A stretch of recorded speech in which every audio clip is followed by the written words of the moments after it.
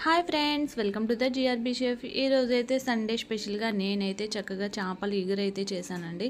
చాలా పర్ఫెక్ట్గా అయితే వచ్చింది. చూసారా, అసలు గుమ్మగుమ్మలు ఆడేస్తుంది అంతే.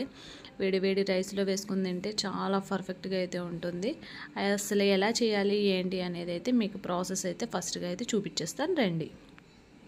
ఫస్ట్ అయితే నేను చేపలు అయితే తీసేసుకున్నానండి. ఈ చేపలు ఏంటంటే కానాగడతలండి. ఈ చేపలు అందరూ పులుసు పెట్టుకుంటారు, బట్ ఎగురైతే చాలా బాగుంటుంది.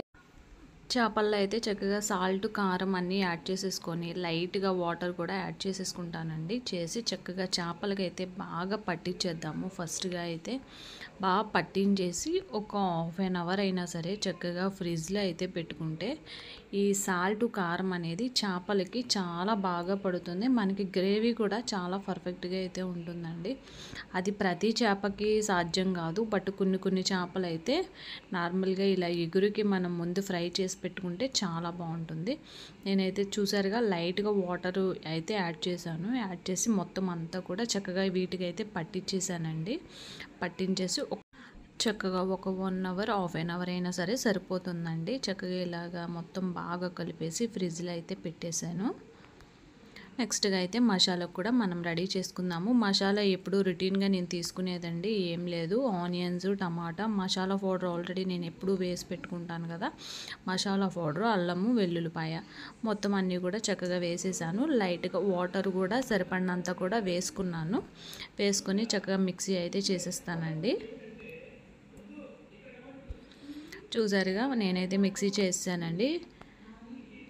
ఈ విధంగా అయితే వచ్చింది. మసాలా అయితే మనకి రెడీ అయిపోయినట్టే. చూసారుగా, చూపిస్తున్నాను కదా.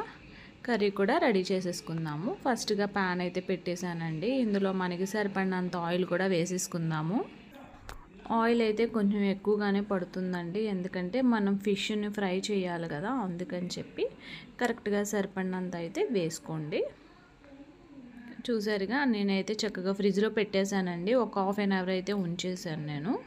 వీటిని అయితే మనము చేపలు ఫ్రై చేసేటప్పుడు గ్యాస్ని హైలో పెట్టి ఫ్రై చేయండి, ఎందుకంటే అసలు సిమ్లో పెట్టొద్దండి. సిమ్లో పెడితే చేప మొత్తం కూడా మనకి ఫ్రై అయ్యే టైంకి మొత్తం చేప అంతా విడిపోతుంది. అందుకని చెప్పి ఎప్పుడు చేపలు హైలో పెట్టేసి ఫాస్ట్గా వేపేసుకోవాలి.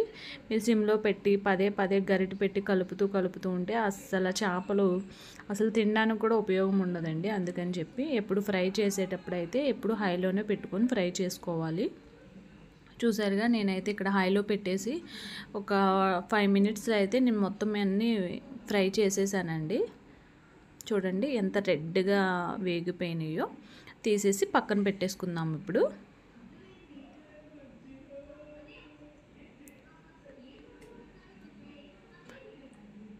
చూసారుగా నేనైతే మొత్తం అన్నీ కూడా ఇలా తీసేసి పక్కన పెట్టేసుకున్నాను. ఆయిల్ అయితే నాకు సరిపోతుంది అనిపించిందండి. కర్రీ కూడా అలా కరెక్ట్గా సరిపోతుంది.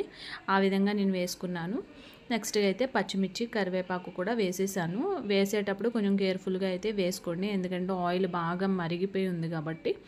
మసాలా కూడా ఆల్రెడీ మనము రెడీ చేసి పెట్టేసాం కదా, అది కూడా వేసేసుకున్నాను.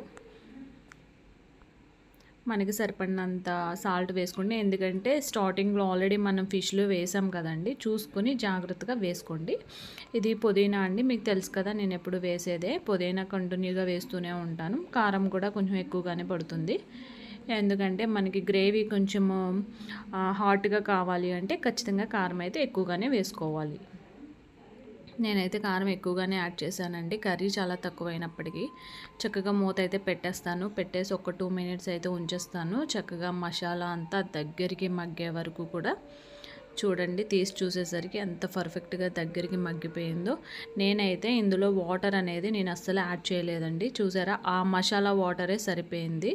చేపలన్నీ కూడా చక్కగా వేసేస్తాను. అన్నీ ఎక్కువగా అయితే మీరేం కలపద్దండి.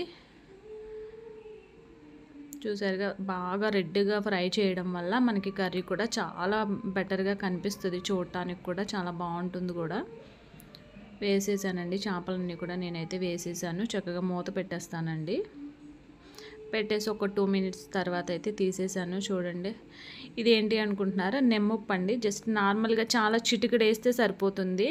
నిమ్మకాయ పిండుకున్నా సరే బాగానే ఉంటుంది. నేనేంటి నిమ్మప్పు ఉందని చెప్పి నేనైతే జస్ట్ చిటికెడే వేసానండి. వేసేసి చక్కగా ఒకసారి గరిటె పెట్టి కలపకుండా మొత్తం అంతా ఒకసారి ప్యాన్ అంతా కలిపేసి మూత అయితే పెట్టేశాను. చూసారుగా ఎంత బాగుందో, చూడటానికి పర్ఫెక్ట్గా అయితే ఉడికిపోయిందండి. అసలు చూడటానికే అసలు తినేయాలనిపించేస్తుంది. కాబట్టి మనమైతే ఈరోజు సండే కదా, ఫాస్ట్గా వేడి వేడి రైస్లో వేసుకొని తినేద్దాము. చూసారా, ముక్క ఏ మాత్రము కూడా చెక్కు చెదరలేదండి, ఎందుకంటే నేను అంత బాగా ఫ్రై చేశాను కాబట్టి. చూసారా, రెడీ అయిపోయిందండి. సండే స్పెషల్గా చేపల ఇగురు అయితే రెడీ అయిపోయింది. కాబట్టి లైట్గా కొత్తిమీర కూడా యాడ్ చేసేసుకుందాము. యాడ్ చేసేసుకొని చక్కగా వేడి వేడి రైస్లో అయితే తినేద్దాము. ఇలా సింప్లీ ఐటమ్స్ మీకు కావాలి అంటే నా ఛానల్ అయితే ఖచ్చితంగా సబ్స్క్రైబ్ చేసుకోండి, లైక్ చేయండి, షేర్ చేయండి.